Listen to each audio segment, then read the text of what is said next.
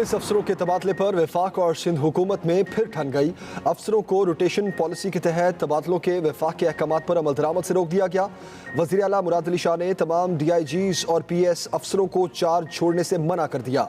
नया नोटिफिकेशन जारी कर दिया। कहा गया अफसर अगले हुक्म तक ओहदों पर काम करते रहे। उधर इस्टेब्लिशमेंट डिवीजन ने अफसरों को ऑफर लेटर्स जारी कर दिए।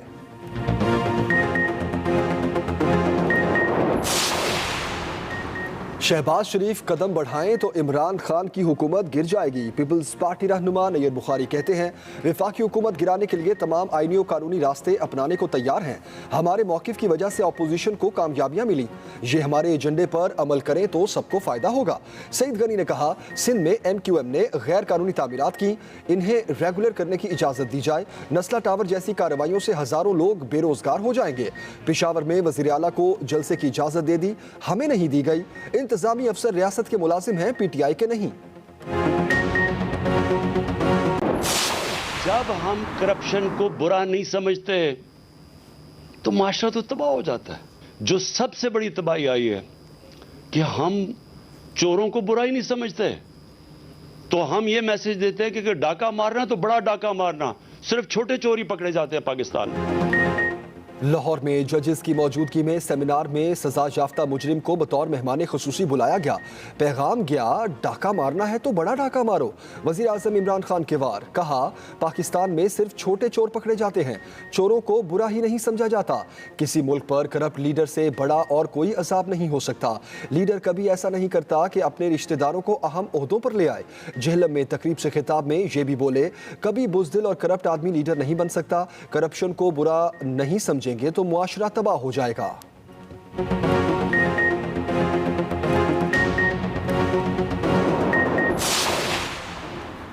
बाइख्तियार पार्लियामेंट और अवामी हक के हाकमियत पर कोई सौदेबाजी कबूल नहीं। शरीक चेयरमैन पीपल्स पार्टी आसिफ अली जरदारी की ललकार, कहा तमाम जमातें 18वीं तरमीम की हिफाजत करें, पार्लिमानी निज़ाम का मुकम्मल दिफा करते रहेंगे, जमहूरियत से नफरत वाली सोच को शिकस्त देंगे।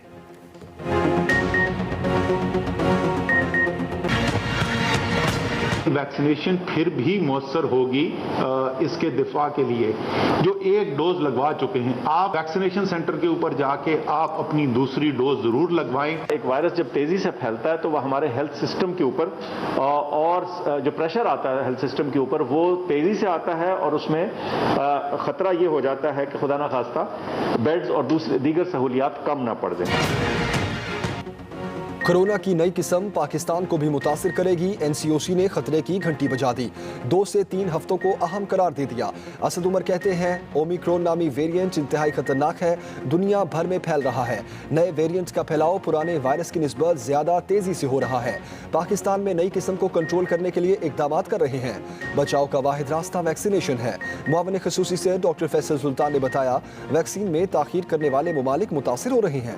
कोरोना से एक दिन में मजीद 9 अमवात, 176 नए cases report.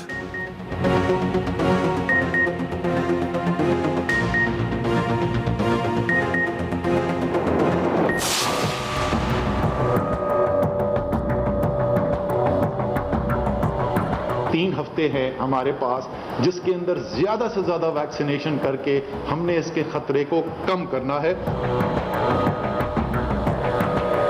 Vaccination vaccination vaccination यही रास्ता है यहाँ से निकलने का। यहाँ पे आए हैं तो एक्सपो सेंटर वो कह रहे हैं कि जी यहाँ से मिल ही नहीं रही, यहाँ पे बंद हो गया ये वाला। हम यहाँ एक्सपो सेंटर आए थे वैक्सीनेशन करवाने के लिए, लेकिन यहाँ एक्सपो सेंटर में दूसरी डोज बंद कर दी गई है। यहाँ पे आए तो यहाँ पे ना लिखा जी 27 से बंद पड़ा हुई है। मेरी ये ना डोज थी आज दूसरी वैक्सीन की, तो अब ये बंद है तो हम कहाँ से लगवाएं।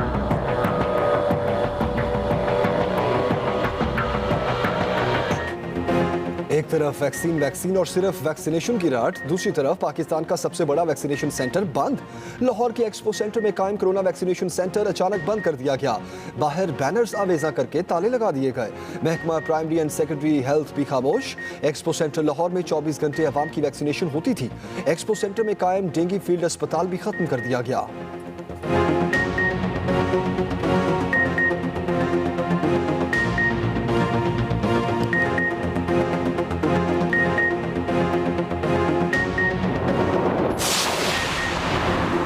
सिंध में गैस बहरान शिद्दत इख्तियार कर गया। सीएनजी स्टेशन को 2.5 माह के लिए गैस बंद। गैर बरामदी सनतों को पहले ही गैस की सप्लाई बंद की जा चुकी है। सुई सदन के मुताबिक 1 दिसंबर से 15 फरवरी तक सीएनजी स्टेशन को गैस की फराहमी बंद रहेगी। घरेलू सारिफिन की जरूरियात पूरी करने के लिए फैसला किया गया।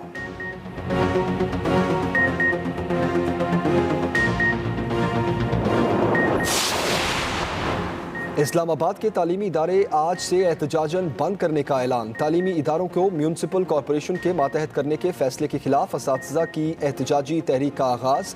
वफाकी दारुल-हुकूमत में तालीमी इदारों के बाहर बैनर्स आवेज़ा। क्लासेस का बॉयकॉट किया जाएगा। Chairman federal government education joint action committee का 2 दिसंबर को रैली और धरना देने का भी ऐलान।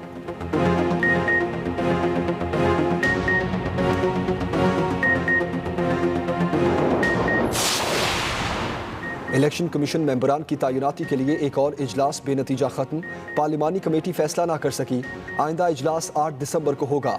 अपोजिशन ने कहा मेंबरान की तैनाती का फैसला मेरिट पर होना चाहिए। हुकूमत ने मौक़िफ़ अपनाया, अपोजिशन आपस में मुशावरत कर ले। शीरी मज़ारी के मुताबिक अपोजिशन ने कहा लाहौर इलेक्शन की वजह से मुशावरत का वक्त चाहिए।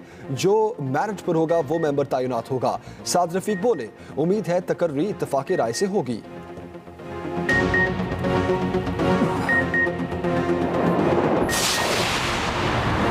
कराची कचरिस्तान बन गया। हर तरफ कूड़े के ढेर, गंदगी और गलाजत।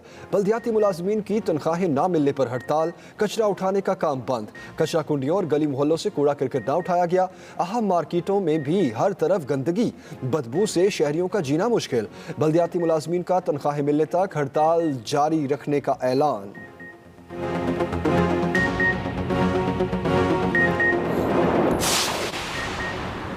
NA 133 में ज़ाब्ता इखलाक की खिलाफ वर्जी। इलेक्शन कमीशन ने साबिक वज़ीर-ए-आज़म राजा परवेज़ अशरफ को 49,500 रुपए जुर्माना कर दिया। डिस्ट्रिक्ट मॉनिटरिंग ऑफिसर के मुताबिक रहनुमा पीपल्स पार्टी को बार बार ज़ाब्ता इखलाक की खिलाफ वर्जी पर जुर्माना किया गया। इलेक्शन कमीशन के मुताबिक हल्के में मुंतखब नुमाइंदगान के दौरे पर पाबंदी है। मेंबरान असम्बली और पब्लिक ऑफिस होल्डर भी इंतखाबी मुहिम का हिस्सा नहीं बन सके।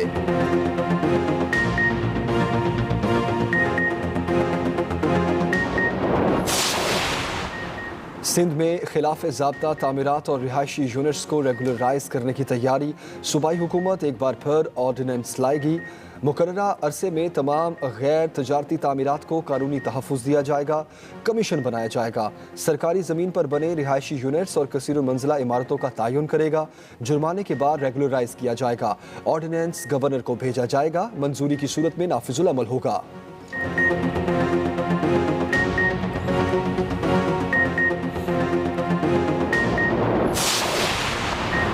कराची का नस्ला टावर गिराने का ऑपरेशन दिन रात जारी। मजदूरों के जरिए इमारत को मुनहदिम किया जा रहा।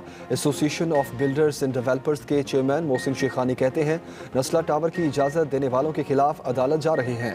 सिंध हुकूमत के खिलाफ एहतजाजी रैली मुलतवी कर दी। कारोबार से रोका जाएगा तो पुरअमन एहतजाज हमारा हक है।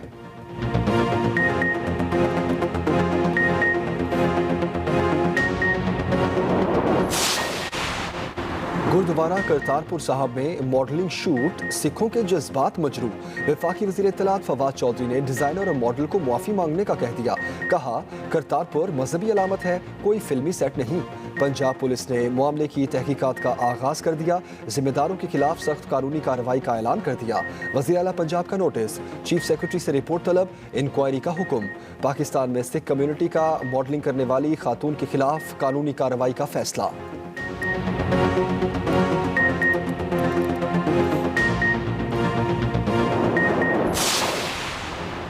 शादी और फिर नौकरी का झांसा देकर लड़की से मुबैना इज्तमाई ज़्यादती का वाक़या। लाहौर में मौजूद कराची से आई लड़की का केस की पैरवी से इनकार। मेडिकल कराने से भी मना कर दिया। अदालत में तहरीरी तौर पर बयान दिया। कहा पुलिस ज़बरदस्ती मेडिकल करवाना चाहती है। अदालत ने पुलिस को मेडिकल ना करवाने का हुक्म दे दिया।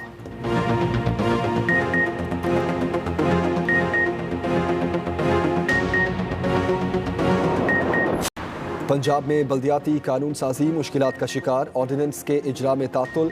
कायम मकाम गवर्नर चौधरी परवेज़ लाई ने दस्तखत की बजाय नई तजावीज़ दे दी। सेक्रेटरी बल्दियाती नूर अमीन मेंगल से मुलाकात। काफ लीग का तहसील काउंसलर को दोबारा बल्दियाती निज़ाम का हिस्सा बनाने का मुतालबा। बल्दियाती इदारों में मेयर और ज़िला काउंसिल चेयरमैन के लिए तालीमी काबिलियत की शर्त रखने की भी तजवीज़।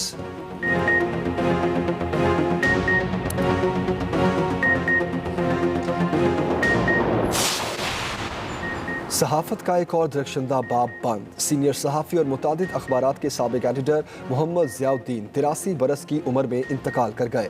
नमाज जनाजा अदा सहाफत की तवाना आवाज़ थे। आज़ादी सहाफत के लिए अमली जिद्दोजहद का हिस्सा रहे।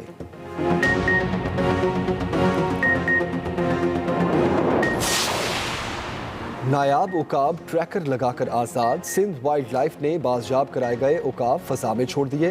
ट्रैकर से परिंदों के मकाम, रफ्तार, ग़िज़ा और दीगर मालूमात हासिल की जाएंगी। 2 नायाब नस्ल के उकाब रवां साल जून में कब्जे में लिए गए थे।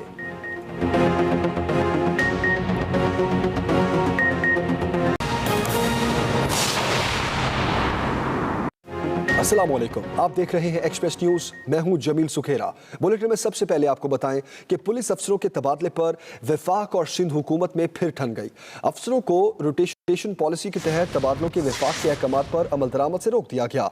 वज़ीर आला मुराद अली शाह ने तमाम DIGs और PS अफसरों को चार्ज छोड़ने से मना कर दिया। नया नोटिफिकेशन जारी कर दिया। हुक्मनामे में कहा, अफसर अगले हुक्म तक ओहदों पर काम करते रहें।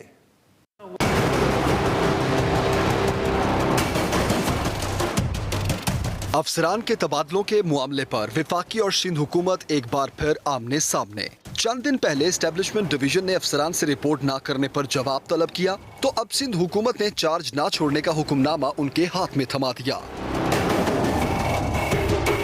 रोटेशन पॉलिसी के तहत ग्रेड 20 के 11 PS अफसरान के तबादलों के मामले पर वफाक और वज़ीर आला सिंध दोनों में से कोई भी पीछे हटने को तैयार नहीं। मुराद अली शाह वज़ीर आज़म को शिकवे का खत भी लिख चुके हैं। कहते हैं पहले ही 47 अफसरान कम हैं, फैसले को नहीं मानेंगे। 2 हाथियों की जंग में अफसरान मुश्किल में फंस गए।